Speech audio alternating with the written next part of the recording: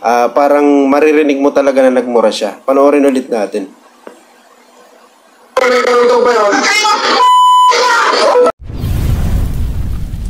Oof! Yun! Good morning guys! And maligayang pagbabalik sa Daddy Bean Channel. And meron tayo bablog ngayon itong kay Wally Bayola. Ano bang nangyari kay Wally Bayola?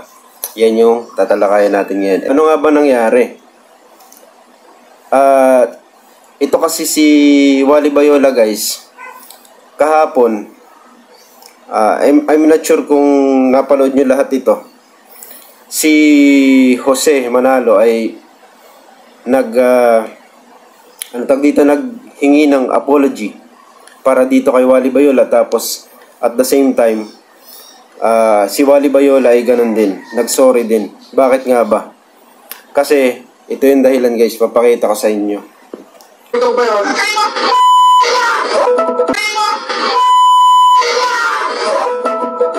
Narinig nyo ba yan? Sa video na to, meron silang, di ba, dun sa Itbulaga na bago, yan. Tapos E80 pala. Meron ginagawang parang impersonation si Jose Manalo na nagpapanggap siya na politician o mayor. Mayor ang tawag sa kanya. And sobrang funny nun. Sobrang nakakatawa. No? Ito kasi si Wally Bayola nagmura. So, ang tanong dito is, sinasadya ba niya? Kasi, sobrang serious po nung situation. Kahit hindi, kahapon, nung napanood ko, sobrang serious talaga dahil tahimik sila lahat. Okay, talagang, at saka itong video na to, kahit maikli lang, parang maririnig mo talaga na nagmura siya. Panoorin ulit natin.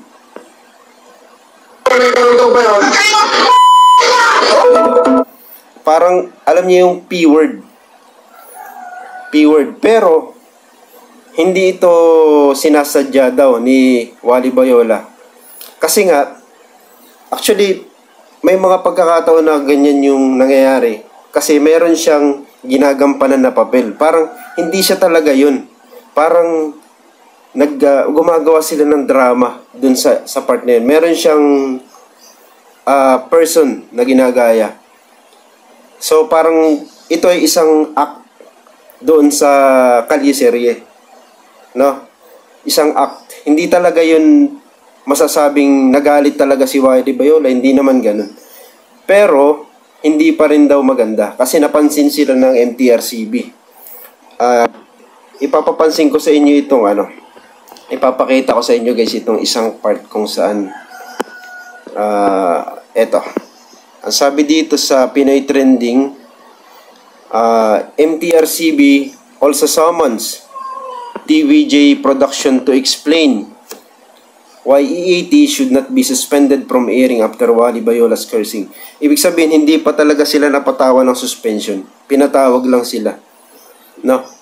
At nakalagay dito sa caption, E80 posibleng mawala sa telebisyon dahil sa pagmumura ni Wally Bayola sa sugod bahay.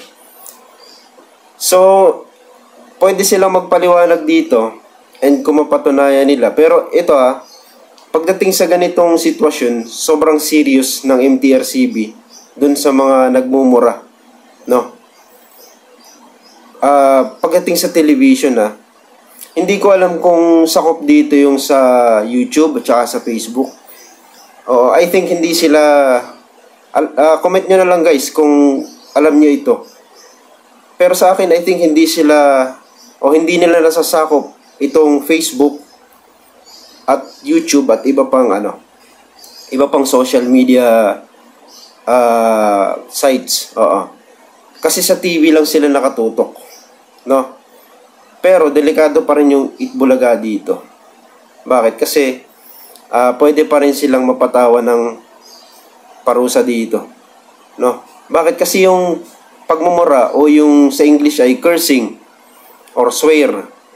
Pag nagsiswear ka sa isang tao o nagswear ka sa television, seryoso yun guys. Maraming tao yung nagsasabi na hindi naman daw talaga dapat seryosohin yung pagmumura dyan sa TV ni Wally. Sabihin na natin ganun. No, pero yung part kung saan halimbawa iisipin natin na kahit pasabihin na hindi seryoso, kahit sa mga katulad natin, pag minsan nawawala tayo sa tama, nakakapagmura tayo. Yung pag minsan may sablay ka, di ba? Ano ba? Sumablay. May ginagawa ka at sumablay ka. Hindi mo namamalayan, napapamura ka pala yung S-word. O, yan. Tapos yung P-word. Yung gaya ng sinabi ni Wally Bayola. May mga pagkakataon na hindi natin namamalayan yun. Kasi parang sabi nga nila bulaklak ng dila. Dahil ba yun ay masasabing bulaklak lang ng dila ay pwede nang palagpasin or pwede na natin gawin ng araw-araw. 'Di ba? May mga tao kasi sabi na bulaklak lang ng dila yung pagmumura. Pero ito, seryoso kasi yung pagmumura. No? Yung cursing or yung pag minsan ang tawag nila blasphemy. Pwede ring cyber libel kung magmumura. Kung halimbawa magmura kasi isang tao dito sa Facebook or sa social media, sa alinmang social media sites, pwedeng maging dahilan para makasuhan. Kaya ingat tayo every time na nandito tayo sa social media or nagla-live tayo. Pag minsan may namura tayo na tao, hindi natin nalalaman na tayo pala ay pwede nang kasuhan. Seryoso po yung cyber libel, no? Maraming pwedeng kahinat na ng tao, pwedeng makulong talaga or magmulta, no? And itong ginawa ni Wally, isang matinding, nakalagay kasi dito, after Wally Bayola's cursing. So sabihin na natin, hindi niya sinasadya, pero yung isang pagkakamali na yun, pwedeng mawala yung show, no? Kung halimbawa hindi nila ito nadepensahan ng maayos, delikado talaga yung E80. Isang mapapansin nyo kahit dito sa vlogging natin, hindi ako nagmumura, pero pag pumunta kayo sa ibang YouTuber or yung mga TikToker or yung mga nagla-live sa Facebook, mura ng mura. Sino isang sikat dyan? Yung kalbo. Yun. Isa sa mga sikat yun na nagmumura. Yung iba pa, yung mga influencers na iba, no? I think pwedeng pansinin ng MTRCB ito. Although wala silang jurisdiction, I think talaga dito sa social media. Pwede kasi kung pinapanood sila ng mga bata, pwedeng matutunan ng mga bata yung pagmumura. May mga nakikita nga akong bata sa TikTok or sa Facebook na nagmumura, tapos pinagtatawanan pa ng mga taong nasa paligid nila. Pagtatawanan din ng mga tao na nagko-comment, yung mga nagko-comment na netizens, which is hindi maganda talaga yan.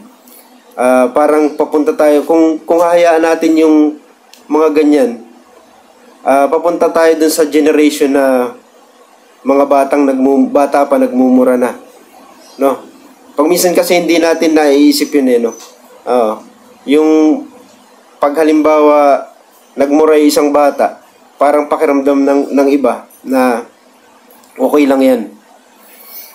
Ang problema, pag naging habit yun ng bata, darating yung panahon, seryoso na yung pagmumura niya, at yung pag minsan papunta sa ibang tao, pag minsan sa mismong magulang, mismong lolo-lola, pag nagalit siya, pwedeng murahin niya. Kaya pag minsan nakakita kayo ng mga bata na parang binata o dalaga na parang sobrang salbahay sa magulang or sobrang salbahay sa mga tao, sa lolo't lola, minumura nila. Kasi nga, pagkabata pa lang nila, yun, nagmumura na, nagka-curse na.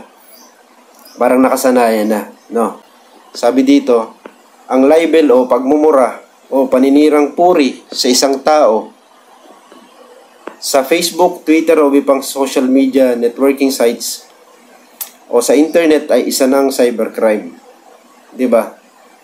So, pinaparusahan ng kulong under Republic Act number 10175, otherwise known as Cybercrime Prevention Act of 2012. Yan.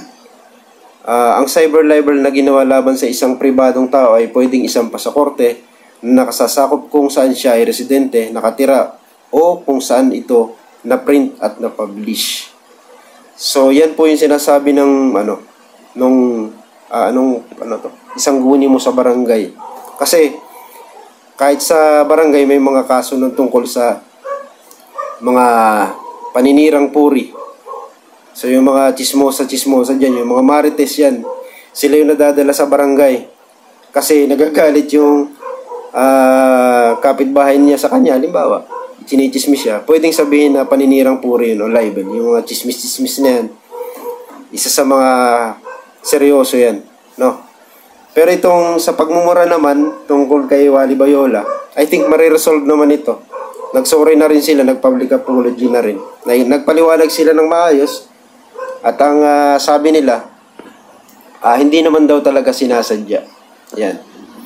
Hindi naman daw talaga sinasadya kasi parang na-carried away lang ito si Wally Bayola. Na-carried away. Actually, parang medyo inilayo na nga niya yung mic, pero narinig pa rin. Panoorin ulit natin.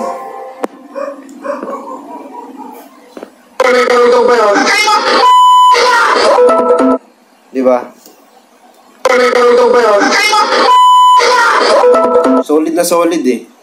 Although yun ay sasabi nating parang drama lang, seryoso pa rin may tuturing yun dahil marami ang nakakapanood. Ang problema kasi dito sa part na to, live kasi to guys, di ba? So hindi basta-basta may edit, maraming nakarinig. Yun kasi ang hindi maganda sa live, no? May mga pagkakataon na pag nagkamali yung isang host, hindi kaagad na hindi mo pwedeng i-edit, no? Kasi live nga yung kaliserye. Okay? So yun, good luck dito sa E80 and sana hindi sila mapatawan ng parusa dito and mabigyan sila ng pagkakataon, no? Since hindi naman talaga sinasadya yun, no? Parang kila Vice ganda rin. May chance na hindi rin nila sinasadya pero nakagawa sila ng mga part na hindi maganda and napansin din sila ng MTRCB. Okay guys? So yun, abangan nyo pala yung may mga ipopost pa tayo na repairing. Nagpalit tayo guys ng yung sensor o yung air draw sensor ng Xlim. Ipapakita natin yan guys sa susunod na video, no? And yun, sana may naibahagi tayo na mahalaga dito. And dito po muli si Daddy Bean. Ingat kayo. Bye-bye. Oof!